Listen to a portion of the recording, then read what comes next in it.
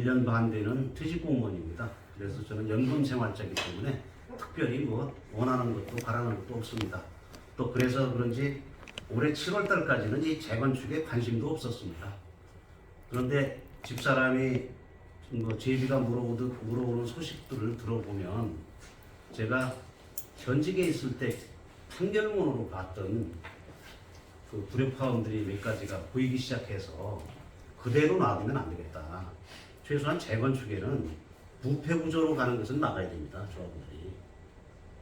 내 개인적 사익을 추구하고자 임원이 되거나 조합을 흔들려고 하는 시도를 막지 않으면 여러분들 주머니에서 분담금으로 돈이 다 빠져나가게 돼 있고 그런 과정들을 판결문으로 너무 봤기 때문에 제가 그 위험을 좀 알리고 공감하고자 하는 자리를 만들기 위해서 오늘 이렇게 여러분들을 모셨고요.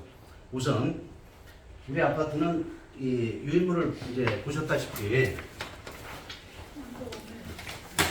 나눠드린 유인물에 보시면 예, 요 지금 손에 들고 계신 거에 보면 관양동 1396번지 1원에 소재하고 있고 현재 토지 면적이 18,645평입니다.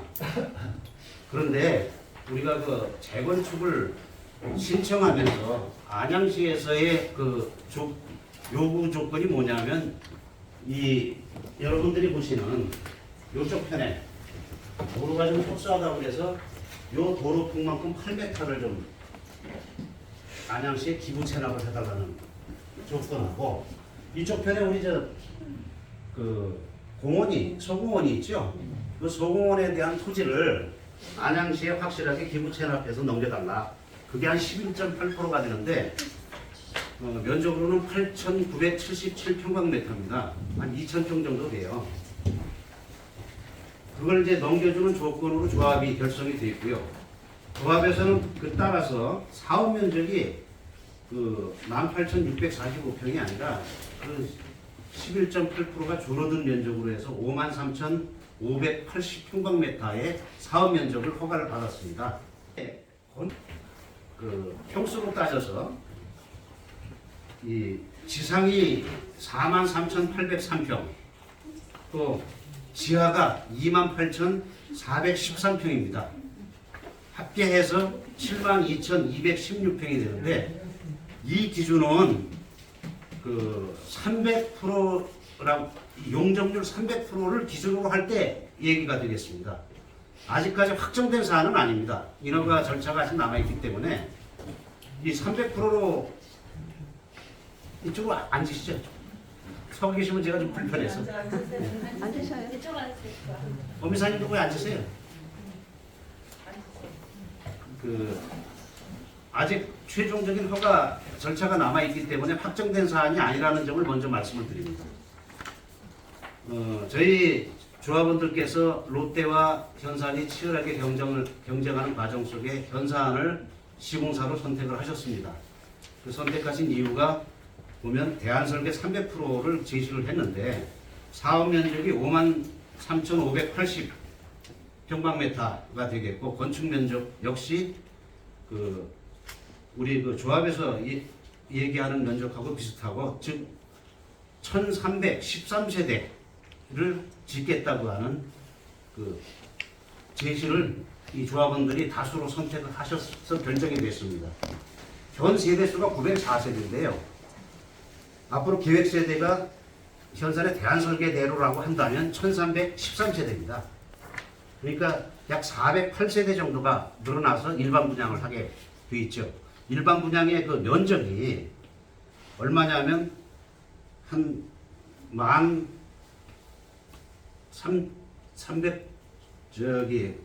94평방미터. 그러니까 평수로 따지면 우리 403세대를 이제 그 정도의 면적이 일반 분양 면적으로 여러분들 공사비를 안 내고 그 분양한 수입을 잡아야 되는 입장이라는 것을 말씀을 드립니다. 그 밑에 이제 4번에는 현재 우리 108평방미터에 해당되는 집이 188세대고요. 또 우리 40평대라고 얘기하는 집이 456세대, 50평대라고 하는 집이 280세대 이렇습니다. 그런데 이 계획은 밑에 나와 있는 20평대가 있어서 좀 의아하실 텐데 현재 상태에서 용적률 300%를 지키려고 그러면 일정 부분 우리가 그 임대주택을 짓지 않으면 허가를 내주지 않는 상황입니다. 물론 그것도 좀 앞으로 변화될 것이 예상되기는 합니다만은 현재 그렇기 때문에 그 20평대까지 포함해서 그 현산의 대안설계에 나와 있는 세대수를 제가 한번 표시를 해봤고요. 또 상가는 현재 84호에 1293평인데 현산의 그 설계 안에 보면 그 1500평 플러스 알파, 약간의 알파가 있을 거라고 하는 그 계획이 예정되어 있습니다. 뒤에 이제 5번항에 보시면 현재 용적률이 185%입니다. 용적률이라는 게 무슨 뜻이냐면 대지 100평에 그 위에 건물이 얼마나 올라가 있느냐인데 현재 우리 아파트는 대지 100평에 용적률이 185%가 올라가 있습니다. 그러니까 조금 그 재건축을 하는데 있어서 주민 부담을 덜어주기에 조금 애매한 그 용적률을 갖고 있어요. 물론 이 용적률이 우리만 그런 건 아닙니다.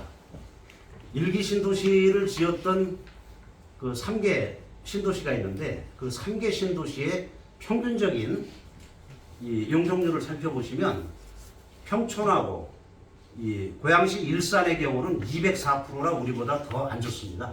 용적률이. 그런 상태고 분당은 다행히 우리하고 용적률이 같습니다. 그래서 분당은 아마 그 재건축하는데 큰 문제가 없는데 평촌과 일산의 경우 그 용적률을 조금 상향시켜 주거나 그 조건을 상향해 주지 않으면 재건축은 거의 불가능하기 때문에 아마 지나다니면서 보셨다시피 리모델링 쪽으로 아마 돌리는 것 같습니다. 그 리모델링을 한번 여러분들이 살펴보실 필요가 있는데, 자, 리모델링을 하기 위해서는 집을 비우고 나가야 되겠습니까? 아니면 살고 있는 채로 할 수 있을까요?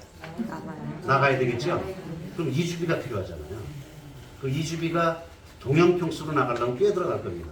현재 그 이주비 이자가 가장 많이 올랐다고 보여지는데 5%에서 5.5% 정도가 됩니다.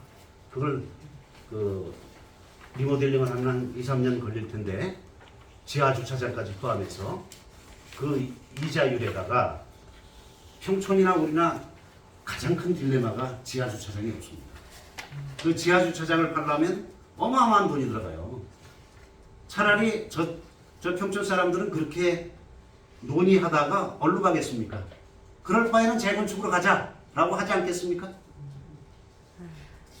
제가 좀 잘못된 발상을 하고 있나요? 아니요. 이익도 없는데 리모델링을 하겠습니까? 같은 돈이면 새 집에 살고 싶을 거 아니에요. 그래서 국토부에서 최근에 그 일기 신도시 재건축을 위한 그 TF들을 구성해서 여러 가지 그 지원 절차들을 고민하고 조만간 완성되는 대로 발표하겠다고 하고 있고요. 최근에 나온 그 국토부에서 반가운 소식이 하나 있는데 우리가 이제 이주비를 받는다는 의미는 다른데 세를 얻어서라도 나가야 되는 비용인데 그 비용이 두 가지 방법으로 조달할 수 있습니다.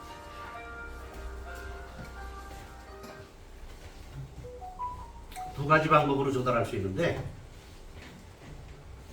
첫 번째는 TF이라고 해서 여러분들 집을 담보로 개인이 돈을 빌려서 가는 방법이 있습니다. 이게 이제 주택담보대출이라는 건데 2017년도 문재인 정부 시절에 너무 부동산이 활성화되는 바람에 주택담보대출의 그 제한선을 60에서 40%로 낮췄었습니다. 그걸 엊그저께 국토부에서 50%로 상향을 해줬어요. 50%로. 그런데 이 우리가 얘기하는 여기 지금 저 실매매 가격을 기준으로 한 50%가 아니라 국토부의 기준 가격, 즉 공시지가를 얘기합니다. 예를 들어 제가 지금 32평에 살고 있는데 오늘 현재 물론 1층과 그 프리미엄이 좀 붙은 고층과 저층은 조금씩 한 4, 5천만 원씩 차이가 있더라고요. 오늘 살펴보니까 제가 살고 있는 6층의 경우 현재 그 국토부의 기준 시가가 6억 8천입니다. 6억 8천에 50%만 저는 그 주택담보대출을 가지고 나갈 수, 이주할 수 있거든요. 그걸로는 사실 턱없이 부족하잖아요. 우리 안양권만 보더라도 30평대의 아파트를 전세를 얻어 가신다고 하면 거기 상당히 더 보태야 될 겁니다. 물론 이제 금전적인 여유가 있으신 분들은 뭐 그런 도움이 되겠지만 여유가 없으신 분들은 전상 좀 빌려서 나가야 되는 상황인데 여기에 대한 고민들이 가장 크실 겁니다. 그래서 양사 모두 그 주택담보대출의 규제를 피해서 SPC 방법으로 이주비를 지원하겠다고 합니다.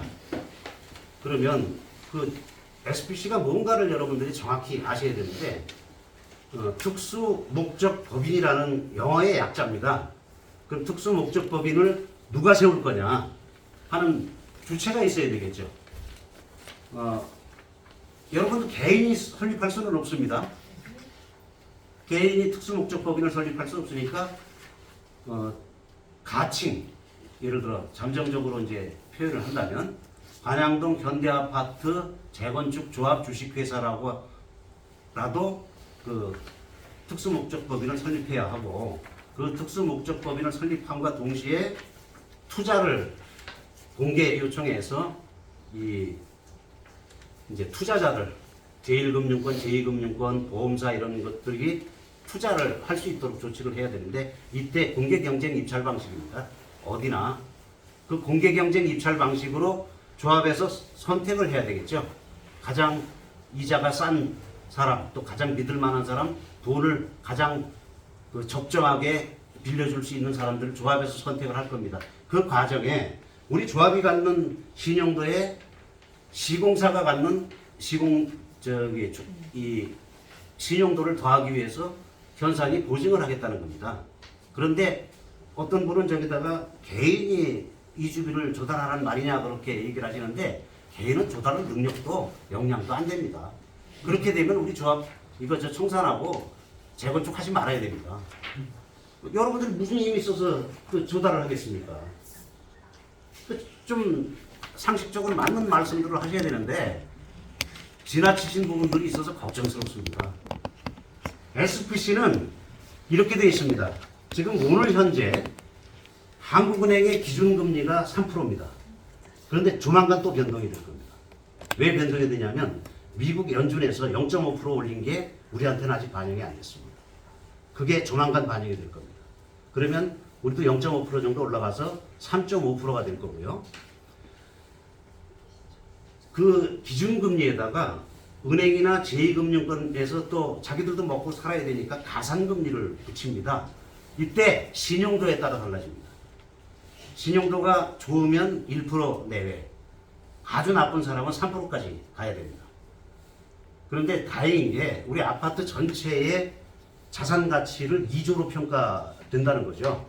그런데 이 여러분들이 생각하는 이 건축비가 예상 금액이 지금 509만 8천 원으로 계산했을 때 4,178억 정도가 예상이 됩니다. 그리고 여러분들이 이주비로 받아가겠다고 하는 것을 얼마나 신청하실지는 사실은 집계는 없습니다만은 살고 계신 집에 한 7, 80% 정도는 받아가신다고 예상을 하면 합쳐서 한 1조 원 가까이가 되지 않을까 싶습니다. 1조 원이 조금 넘을 수도 있겠네요.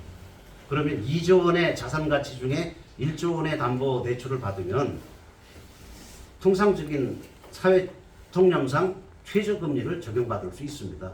그런데 그것조차 내지 않겠다 그러면 좀 상식에 맞지 않는 얘기고요. 그런 말씀을 드리고요. 그 뒤에 부분에 보시면 이제 비용적인 측면을 좀 말씀드려야 됩니다. 그 앞서서 우리 현재 지금 건폐율이라는 게 있습니다. 건폐율이 무슨 뜻이냐면 대지는 100평이라고 치고 그 100평에 100평 중에 4평의 건물을 높게 짓느냐, 그 위로는 올라가고 전체 대지는 점유하지 않는 부분들, 대지를 얼마나 점유해서 건물을 지었느냐 하는 부분을 따지면 현재 우리가 15%가 조금 넘습니다. 그런데 현상이 제시한 것도 용적률을 300%로 해도 15.2%로 짓겠다라고 얘기를 합니다. 그래서 용적률적인 측면에서 이 건폐율적인 측면에서 보면 그 토지 이용도가 이렇게 막 복잡하게 잔뜩 지어지는 것이 아니라 높이 올라가면서 대지는 좀 여유 있게 하겠다는 얘기고요. 그게 잘 실현됐으면 하는 바람입니다.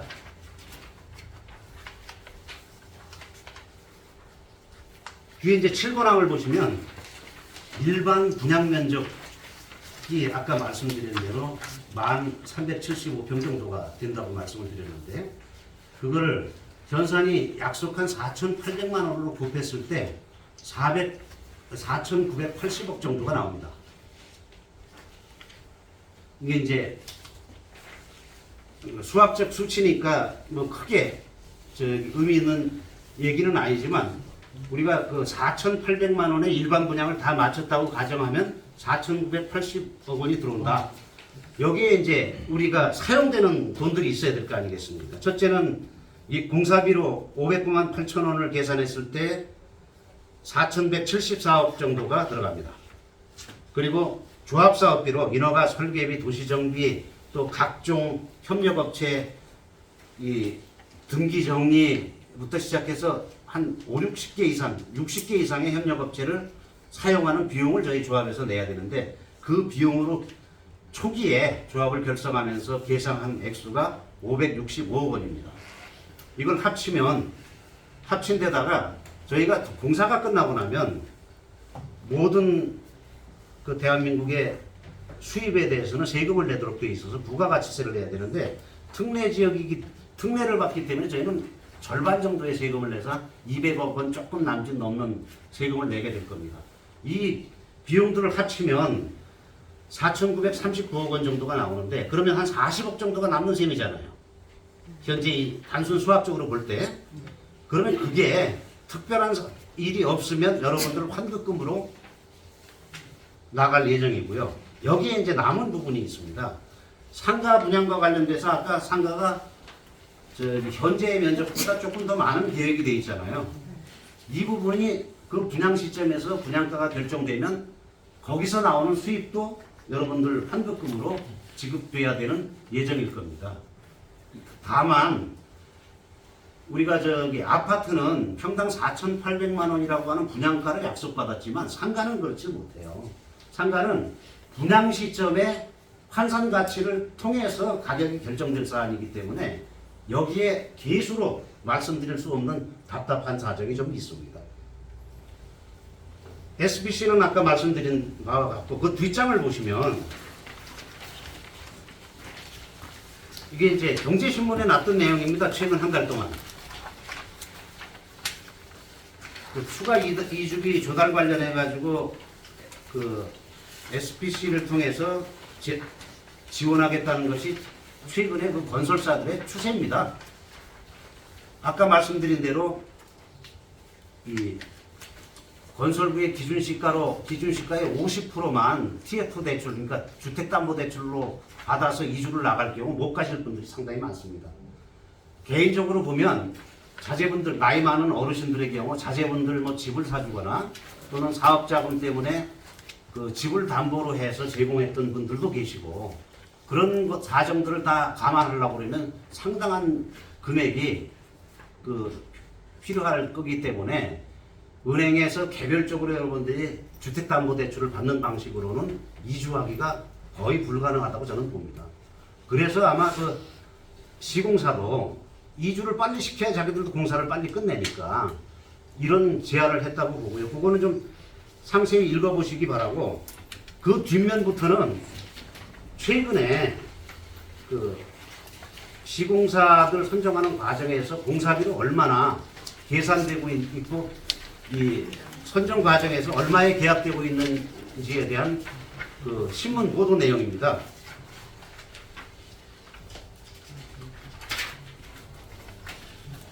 특히 이쪽 면을 이렇게 보시면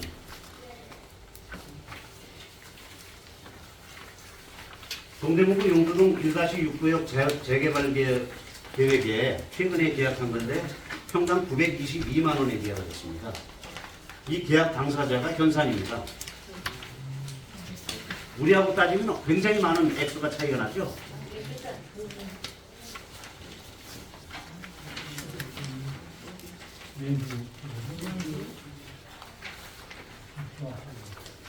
또 그 밑에 녹색으로 이렇게 표시되어 있는 부분들이 그동안 이주비 대출 규제를 국가에서 하다가 슬슬 풀어주고 있다는 내용입니다.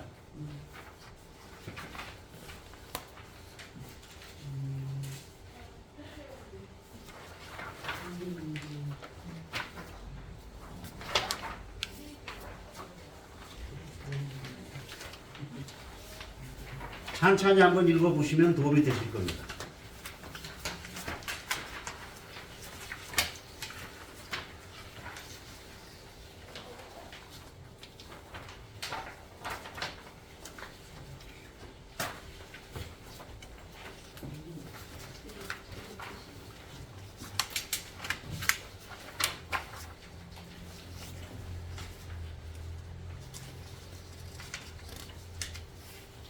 뭐 지금까지 설명드린 것 중에 이해가 안 되셔서 질문하실 내용이 있으면 질문 받겠습니다.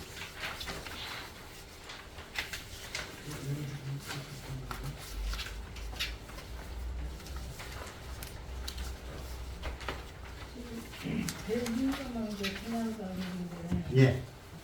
아, 그거는 제가 그 위타결 관련해서 다시 설명을 드리겠습니다. 예, 그 뒤에 질문하시죠. 예?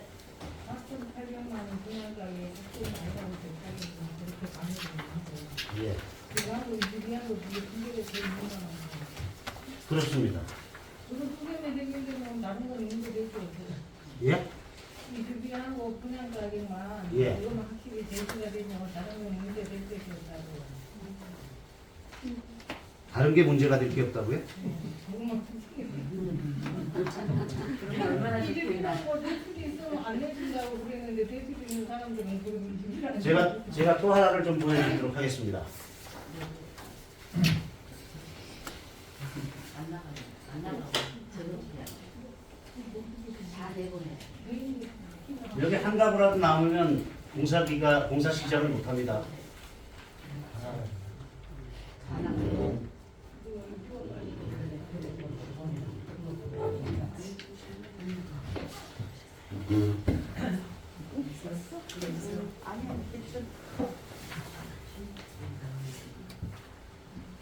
요게 저는 협상단 활동을 했다고 말씀을 드렸지 않습니까? 협상단 활동을 할 때 초기에 받았던 현산이 우리 조합에 보냈던 내용입니다. 3번이 이렇게 되어 있습니다. 분양 목적물에 대한 일반 분양가 산정은 분양성을 충분히 고려하여 각과 의리 협의하여 결정한다 이렇게 되어 있습니다. 여기 숫자나 4,800만 원이 들어가 있습니까? 없습니다. 없습니다. 이대로 받으면 큰일 납니다. 그래서 협상안을 만들 때 뭐 여기 어미사도 와 계시고 여러 사람들이 참여를 했는데 이렇게 만들었습니다. 분양 목적물에 대한 일반 분양가 산정은 가구의 이익과 분양성을 충분히 고려하여 분양가는 평당 4,800만 원 또는 당해년도 안양 최고 시세 중 높은 금액으로 한다. 이렇게 좀 해달라라고 현산에 통보를 한 겁니다. 현산이 이대로 참 했으면 지금 이 불만이 없겠죠. 분란이 없겠죠. 그런데 현산도 나름 불만이 있습니다. 그래서 최종적으로 보내준 것이 이렇게 보냈습니다. 분양 목적물에 대한 일반 분양가 산정은 분양성을 충분히 고려해서 안양 최고 시세 가로 열고 4,800만 원 슬러시 평 가로 닫고 기준 조합 결정 일반 분양가로 100% 반영한다. 누가 결정한다고요? 현산이 결정합니까? 제가 그래서 그 자리에서 함께 참여하신 분이 계시니까 현산에 항의했어요. 이거 기준으로 하지 말고 이상으로 하자. 그러면 확실해지지 않냐? 라고 얘기를 했어요. 그랬더니 이제 그건 나중에 좀 설명을 드리겠습니다. 안 된다는 얘기예요. 그러면 너희들 저렇게 해서 보냈는데 조합이 결정하면 우리가 5천만 원이나 6천만 원 결정해서 땡깡 피면 니들 어떡할 건데? 누가 결정한다고요? 조합이요. 조합이 결정합니다. 그런데 여기에 이제 조합이 결정한다고 해서 최종 결정은